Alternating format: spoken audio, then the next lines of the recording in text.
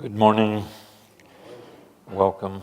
It's a delight to welcome you all here this morning. I'm Rammurti, and this is Naya Swami Biraj, your ministers this morning. This story is, as Swami pointed out, very famous. It's one of the best ones known from the Bible, and everybody, whether they've looked at it very closely or not, no doubt has their own take on it. And even if you've heard it preached on several times, as I did growing up in a Christian church, there's always a little different take on it, depending on who the preacher is and maybe what they're trying to get people to do or not do in their congregation. So anyway, I thought it would be fun, interesting to take a little time with this story and just look at it more closely and the people involved and what all was going on. It may be helpful to think about the fact that Mary and Martha were real people. I mean, they weren't just someone that was put into a parable as an illustration or something. They actually lived. Master said in the AY, you may remember, that when he went back to India to see his guru in 1935, he went through Europe, and then he also stopped in the Holy Land, and he visited the tomb of Lazarus, and he says, I went to the home of Martha and Mary. So that's pretty good proof for me that they're real, and that place that is honored as their home is actually their home.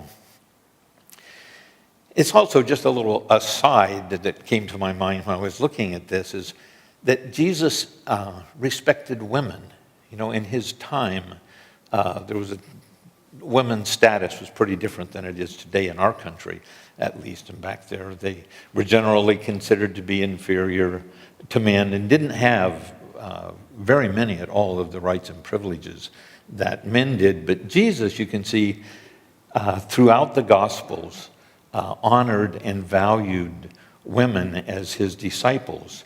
So whatever he said about their roles or what they were doing in this story was in that context. It wasn't that he would have valued what their roles in society were differently from each other. There's another interesting thing when we look at this a little more closely and compare it to other scriptures, in the Gospels in particular. John writes in his gospel that Jesus loved Martha, her sister, and Lazarus. He loved them. Now, that doesn't sound remarkable on its face, because we would all say, well, Jesus loved everybody. However, in the scriptures, there's only one other person in all the scriptures, one other specific person that the scriptures say Jesus loved, which was John, the brother of James, who actually wrote the gospel. And so that's interesting to me, that would be put forth there. And in fact, it's written by the other disciple that it said that he loved, John. And so there must have been a special relationship here with them. The Gospels show that Jesus felt comfortable with them in their home.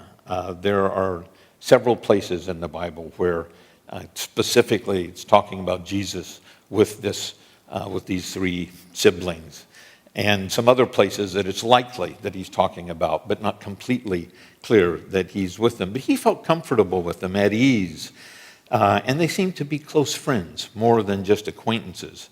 Their home in Bethany was just an easy walk to Jerusalem, to the old Jerusalem, by going around the Mount of Olives. So he was in that proximity a lot, and it's very likely that their home was considered his home away from home when he was in that area. Lazarus died, and Jesus came to resurrect him from the dead, and you may be aware that he put off going right away to prevent him from dying or from resurrecting him. And the implication is that he was using Lazarus' death and resurrection to announce himself to more people. and who he really was, what he could do. So he finally did go back after Lazarus had been in the tomb, I think, 3 days.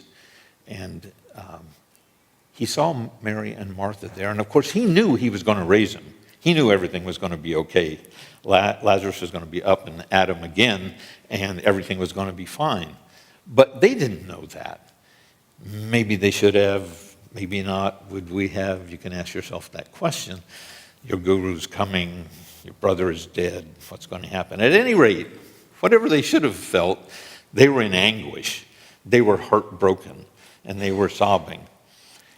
And Jesus saw this, and he also wept. In fact, as a Sunday school kid, I knew well that occasion created the shortest verse in the Bible. Jesus wept. So if I got stuck in reciting a Bible verse sometime, I could always pull that one out. But the occasion in which he wept, again, I think shows, this was just out of compassion for them that he wept, because he loved them. He was very close to them.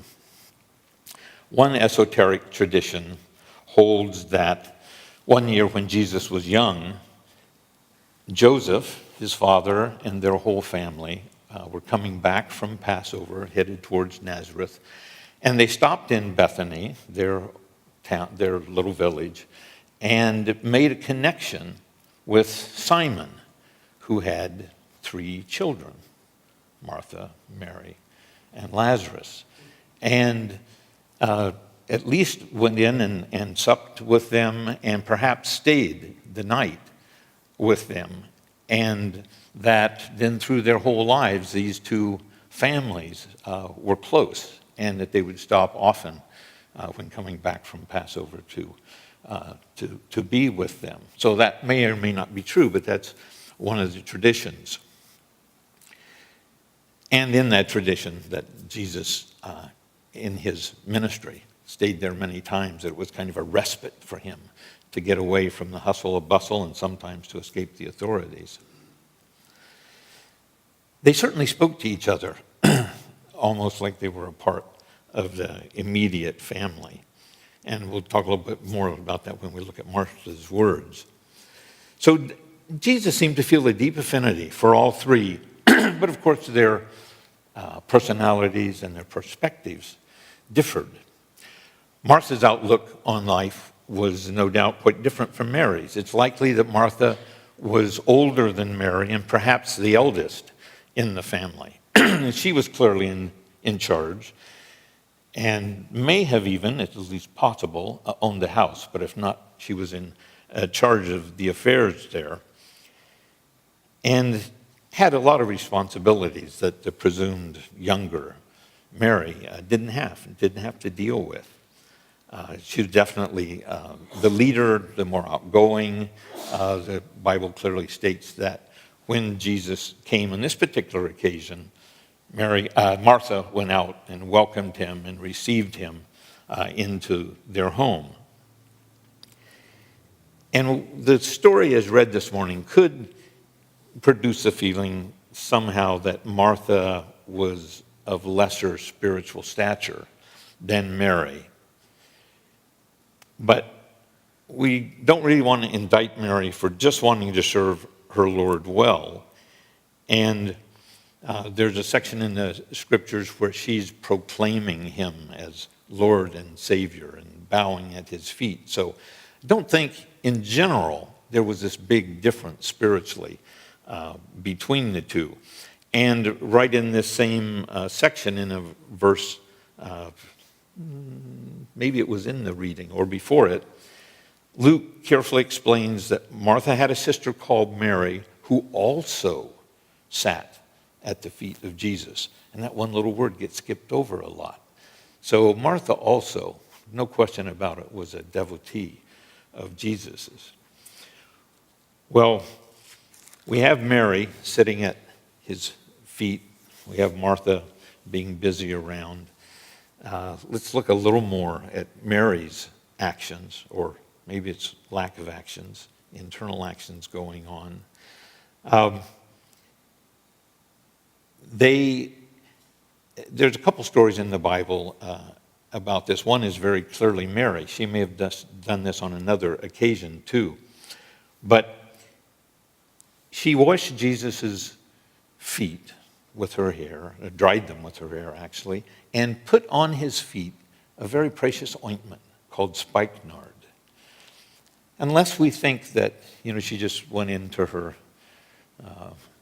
bedroom and grabbed the nicest bottle of perfume off her oil, off of her dresser or whatever they had in those days, and brought it in and used that. Spikenard was very, very expensive. It was estimated that a pound or a pint, as it's translated sometimes, of this spikenard was equal to a man's annual wages in those days. So it's possible that her life savings went into this, that some share of inheritance, we don't know. But it was a great sacrifice. And interestingly, the oil was usually imported from India, sometimes Nepal or China, but it was made from flowers that only grew in the Himalayas, which might have more interest for us than some congregations. But the use of it outside of this famous event is significant too, because it was used at a special incense altar in the temple during the Second Jerusalem Temple period to represent devotion and sacrifice. So this was what she used to put on Jesus' feet. Very dedicated to him, showing that no personal sacrifice, nothing was too great for him to surrender, for her to surrender or give over for Jesus' sake. And of course, we can see that Jesus very highly regarded Mary's approach. Well, we can ask ourselves, who was actually the more hospitable or the more serviceful of the two? Who was more concerned about her active relationship with Jesus? Mary bustling about, getting the food ready, not just for Jesus. There was his whole entourage was there. She was busy. She probably even had a crew in there, but still wish she had had Mary's help. But her putting that first brought to mind when Sri Yukteswar first saw Babaji, and immediately I got to go get food for him, or let me give him some special treat. Let me show the way that I feel about him, the way I revere him, by doing some activity to show him. So lest we think that this is, very different than our own things closer to our path. This was true even for Sri Yukteswar. He had this thing that came first to his mind. For Martha to suggest that Jesus might not care that Mary wasn't helping him, shows that close relationship and the forthrightness that she felt she could have with Jesus. Martha did not just suggest to Jesus, well, maybe you could say something to Mary and have her come and help me. No, she told him directly, tell her to help me. And in a way, Martha actually put the onus of getting this all together and serving this whole entourage on Jesus, because she's saying, you need to help Mary see what she's supposed to do and come so I can fulfill my duties. But Martha's error is one that devotees, all of us, have some danger perhaps of falling into. No doubt she was doing work that could be spiritually uplifting. But Jesus basically said, if you allow your mind to become wholly engrossed in the activity that you're doing, and you're not keeping me or you're not keeping God in your mind while you're doing the activity, then although you might get some good karma from it, it's not fully spiritual. And this is what honors and transforms your activity, your work, into a spiritual endeavor. He uses the phrase, that good part, in the reading today. It's also more recently translated that better part. That better part, implying that we've got a choice here, that what Martha did was not bad, but there was a better thing that she could have done. Both a spirit-filled life based on prayer and meditation and contemplation, and life that's filled with busyness and work, of course, can be dedicated to God and can take us on our road, on our path, where we're trying to go. And Jesus then followed what he said about the good part by saying that the good part, this better part, the one you want to choose, Martha, lasts forever. It shall not be taken from her, is the way it says in the scripture. But means it will last forever. These bodies, even if we're helping somebody else's body, these things are not going to last forever. They're going to become just spirit when the body goes away. But the things that we do with the consciousness of the divine stay in that spiritual body, and we take that with us after we die. So if you just want to kind of play the odds, it seems much smarter to do all your work, everything you do, with God consciousness. You may get some good karma, you'll get good karma for it, and you may have some short-term results. But the long-term results, throughout this lifetime, after this lifetime, and into the future, are guaranteed if we do it with the right consciousness. Jesus was saying, deepen your attunement with my spirit. For living with God means being aware of that spirit. So Martha's mind was filled with the thoughts of all those dishes steaming on the stove, of slicing and dicing and sifting and spicing and trying to produce a feast that was fit for her guest and those who came with him. And that reminds me very much of an episode in my own life. A few of us, I'd been at Ananda, 3 or 4 years, and a small group of us were invited by Swami Kriyananda to go to Kauai with him for a week or 10 days. And we decided, as we were kind of planning out, as much as you ever did that with Swami, what was going to happen in the coming days, that one night he and some of the people in another, staying in another facility, would come and join with those of us staying. Arjuna and Shivani were there, and some others. Uma was staying with Swamiji, for those of you that know these people. And so that night they were going to come over to our place and eat. And somehow it turned out, I'm not really sure I volunteered, although it probably fits the story better to say that I wanted to make the dinner so I could impress Swami. But at any rate, I was in charge of the dinner and decided not to go with the other folks over to the beach, but stay and make sure this dinner was good. So went out and shopped and wanted to make a really good salad for Swami because he would like that. And in Hawaii, it's not easy just to go anywhere and buy a variety of greens and all to be able to have the makings for a good salad. So I had to go 2 or 3 places and kind of fussing about that and worrying about the time.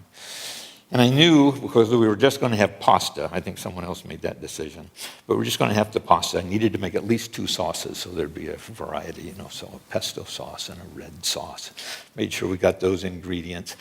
But I felt I really needed something to, unfortunately, impress Swami with, so he would really notice, because I wanted to hear how much he liked this meal. So I decided to do baked, slightly green papayas. I thought this will be a hit.